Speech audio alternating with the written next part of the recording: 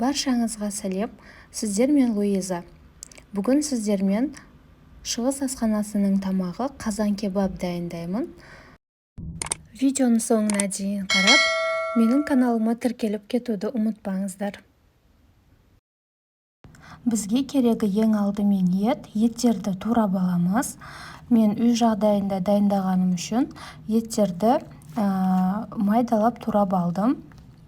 Одан соң бізге керегі картоп. Картопымызды майдалау болғаны дұрыс. Егер сізде ірі картоп болса, қақ ортасынан бөліп алсаңыздар болады.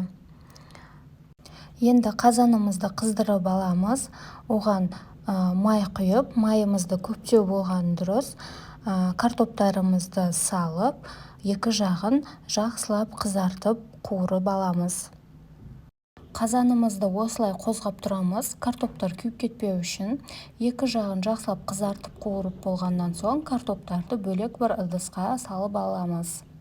Енді осы қазанымыздағы майға етімізді салып, етімізді де қуырып аламыз. Енді қуырылған етіміздің үстіне картоптарымызды салып шығамыз.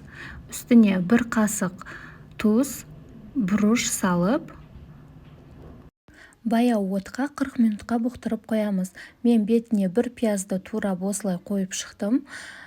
Сосын жарты пиалай кішкене ғана су құйып, бетін жауып, 40 минутқа бұқтырып қоямыз. Етіміз жақсы жұмсақ болып пісу үшін. Міне осымен достар, біздің қазан кебабымыз дайын.